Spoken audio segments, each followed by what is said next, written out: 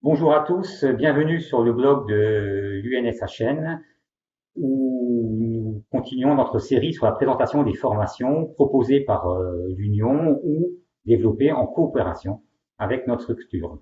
Aujourd'hui, le diplôme universitaire de management d'une carrière professionnelle avec Philippe Gonigam, président de l'UNSHN. Bonjour Philippe. Bonjour Bertrand, bonjour à tous. Et donc, ce diplôme qui est un peu notre tête de gondole occupe une place toute particulière dans l'investissement de l'UNSHN pour les sportifs de haut niveau. Donc, Philippe, est-ce que vous voulez bien nous le présenter d'une façon générale, avant qu'on revienne sur les points les plus originaux et les plus efficaces peut-être de cette formation? Parfait. Alors, ce diplôme universitaire de management d'une carrière de sportif professionnel est un bac plus 2 qui clairement est destiné à accompagner, à préparer les sportifs, qu'ils soient de haut niveau ou les sportifs dans les centres de formation, à pratiquer leur métier, qui est donc clairement celui de la pratique de leur sport, de façon à pouvoir maîtriser l'ensemble du périmètre qui aujourd'hui est celui de cette activité qui ne se résume pas simplement à un geste sportif, mais à une maîtrise beaucoup plus globale de l'environnement du sportif, que ce soit dans la dimension marketing, communication, juridique, etc. Quand on dit que c'est vraiment un diplôme spécifique à ce métier, il a également la particularité d'être diffusé avec, on va dire, une méthodologie permettant de la disponibilité pour l'entraînement. Donc, 80% des cours sont faits à distance et donc, bien évidemment, le reste en présentiel et avec du tutorat. Et enfin, toujours, par la particularité de cette activité qui ne peut pas se pratiquer jusqu'à 70 ans, on a intégré cette logique de double projet, puisque donc, dans le diplôme universitaire, il y a un espace complètement réservé à la structuration d'un projet post-sportif, parce qu'on est convaincu effectivement qu'il faut mettre en œuvre, on va dire, cette logique de double projet, mais dans des conditions très spécifiques qu'on évoquera certainement dans notre entretien. Ok, merci beaucoup. Donc, premier point, peut-être celui qui est déterminant à la fois pour les sportifs, mais également pour les clubs, pour les structures, c'est l'aménagement des cours. Et c'est vrai que même dans les différentes évaluations qu'on peut faire des promotions, puisque ce DU a quand même, on sera à notre 10e promotion à la rentrée 2021, c'est vraiment le point qui ressort en premier, c'est la qualité de l'aménagement par rapport au rythme de vie des sportifs. Alors absolument. Disons que dans le système traditionnel, on essaye effectivement de placer les séquences d'entraînement en fonction des contraintes des cours. Nous, on a fait l'inverse. C'est qu'on a pris les contraintes sportives, on a déterminé quels sont les temps d'entraînement, quels sont les temps de déplacement et les temps de compétition, et à partir de là, on a intercalé la stratégie de placement des cours de telle façon à réellement s'adapter à l'objectif principal du sportif qui est de fabriquer de la performance. Et l'idée donc comment dirais-je, d'associer, de bien marier ces deux projets qui sont ceux du projet sportif et de ce double projet, de cette accession à un bac plus 2 et donc qui prépare à ce métier de sportif de haut niveau.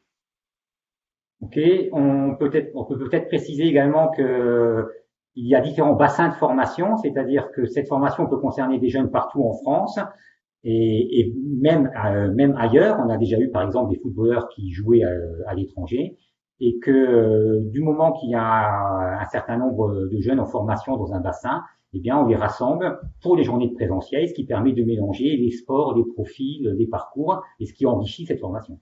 Tout à fait, Bertrand. Je crois que c'est important effectivement d'évoquer cette richesse qui est celle de pouvoir rassembler des disciplines différentes sur des temps.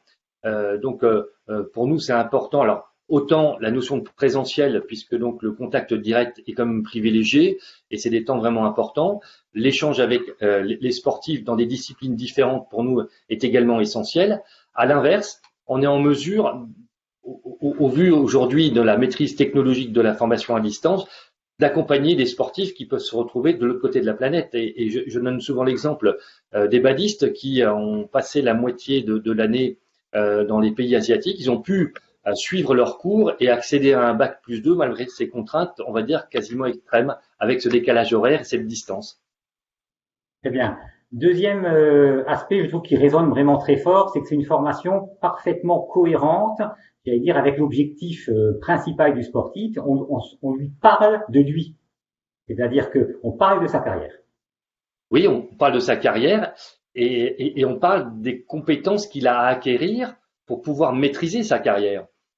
Trop souvent, ce qui se trouve en périphérie est sous-traité, délégué, et le sportif ne s'approprie pas cet espace et va se rendre dépendant d'une organisation.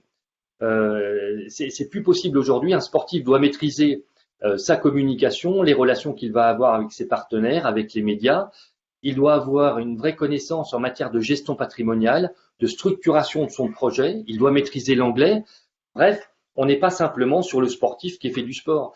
Et donc, c'est un métier à part entière et qui impose de vraies compétences. Ça, c'est réellement sur le temps présent.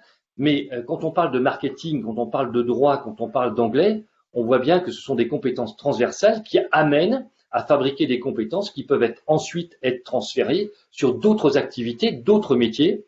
D'où, pour nous, chose essentielle, c'est de créer des passerelles, puisque au terme de cette formation, à Bac+2, eh bien, il y a une suite. Et cette suite, elle peut être écrite avec Icademy sur des dispositifs adaptés encore à des sportifs ou sur des voies plus classiques pour ceux qui, malheureusement, n'auront pas décroché leur contrat professionnel ou se trouvent limités dans le cadre du projet sportif. Donc, pour nous, c'est réellement un espace où le sportif, pendant 2 ans, va pouvoir réellement tenter sa chance et s'investir d'une façon tout à fait, on va dire, exclusive à une pratique d'un sport sans négliger la partie études, tout en envisageant ce qui va se passer après. Et pour nous, c'est essentiel et ça fait partie également des leviers de performance parce qu'un sportif plus serein sur son avenir va être beaucoup plus efficace dans sa vie sportive. Oui, donc avant de détailler un tout petit peu ce double projet absolument essentiel, c'est vrai qu'on peut vraiment rappeler qu'en général, pour la majorité des sportifs et même pour la majorité des personnes, quelqu'un qui maîtrise mieux son environnement est meilleur dans son environnement. Et donc c'est vraiment l'objectif du DU. On peut donner un exemple par exemple, lorsqu'on aborde l'économie du sport, eh bien cette année on est parti du budget des clubs. Donc les jeunes sportifs ont dû comprendre le modèle économique de leur club pour ensuite transférer ça sur le modèle économique du sport. Et donc, ça donne une véritable compréhension à la fois au niveau local et au niveau national. Et donc, le jeune ne voit plus son activité de la même façon parce qu'il commence à voir un peu ce qu'il y a derrière. Absolument. Je crois que c'est essentiel. La maîtrise de son environnement est essentielle. Et je dirais qu'elle peut même révéler des intérêts qui pourraient être ensuite accompagnés sur une orientation complémentaire. Exactement. Alors, le double projet, on en parle beaucoup en France, une obligation même, jusqu'à un certain âge, et c'est un peu le cœur de ce DU parce que le double métier, le double projet, pardon, est pensé en permanence et pour les jeunes qui vont réussir, mais également pour les jeunes qui ne vont pas réussir pour différentes raisons, parce que ça n'est plus leur volonté, parce qu'il y a la blessure, parce que les circonstances en fait que. Donc, est-ce que vous pouvez un peu préciser justement ce véritable double projet qui permet au début de se différencier des autres formations? Alors, quand on parle de double projet, clairement, le premier projet est d'abord un projet sportif. Et clairement, ce projet sportif doit être associé aux compétences aujourd'hui imposées par l'évolution du sport. Donc, on ne peut pas parler de double projet en niant, d'une part, que les pratiques sportives ont évolué et qu'elles imposent aujourd'hui une vraie formation. D'ailleurs, si il existe des contrats de sportifs professionnels, c'est que c'est un métier à part entière, et tout métier nécessite des compétences qui sont à acquérir et clairement qui permettent de mieux gérer la carrière. Donc, le premier projet, c'est un projet complet, non seulement d'une pratique, mais d'une prise de compétences et de connaissances liées à cette pratique. C'est donc le premier projet. Le deuxième, il va être décalé et on va parler de synchronisation. Pour nous, quand on s'engage dans le diplôme universitaire de management d'une carrière de sportif professionnel, eh bien, il y a cet espace consacré au sport, mais il y a la structuration d'un véritable projet post-sportif. ce n'est pas une inscription à une université ou à une formation quelconque, c'est d'abord le choix du métier qui va être le suivant.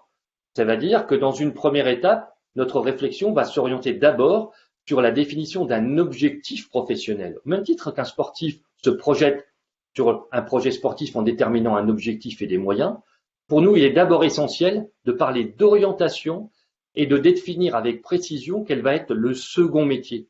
Et c'est à partir de ce travail que va être mis en place une vraie stratégie de formation avec la préoccupation de la synchronisation des temps. Parce que la vraie question, c'est quand. On ne peut pas, quand on parle de double projet, dire je vais être sportif de très haut niveau, fabriquer de la haute performance et en même temps, je vais mener un projet de très haute performance dans le cadre des études. Il y a des moments où ces projets, on va dire, s'opposent. Donc, la vraie idée, c'est de bien comprendre quel est l'objectif du second métier, mais surtout de bien synchroniser, de voir à quel moment on déclenche les choses de telle façon à ce qu'il y ait une cohérence entre le développement du projet sportif et la mise en place de la stratégie de transition professionnelle. Et là, on est vraiment sur une vraie logique de double projet et pas simplement à on va dire, à un biais où on va s'inscrire à une formation pour dire je m'inscris à une formation. Donc, notre objectif, c'est vraiment de la cohérence et clairement, c'est un aspect de synchronisation des deux temps, mais de telle façon à ce que le sportif puisse gérer les deux de façon optimum. Et au vu de votre expérience, ce sont plutôt des sportifs de quel âge finalement qui font le début?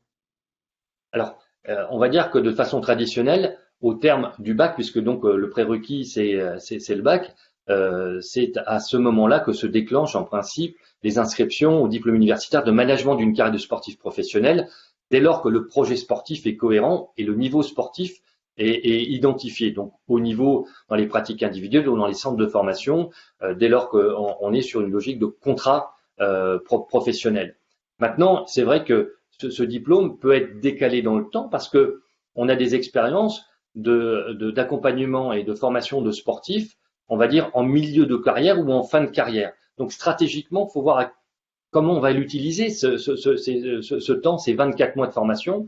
Soit on est sur la volonté de décrocher le contrat professionnel, de se consacrer sur 2 ans, juste après le bac, à vouloir tenter cette chance d'être un sportif de haut niveau ou un sportif professionnel. Ça peut être en cours de carrière, quand on a besoin d'avoir des compétences spécifiques, parce qu'on est confronté à des problématiques de gestion patrimoniale, de relations contractuelles avec des partenaires, etc. Donc, prendre toute la compétence nécessaire à la pratique de cette carrière.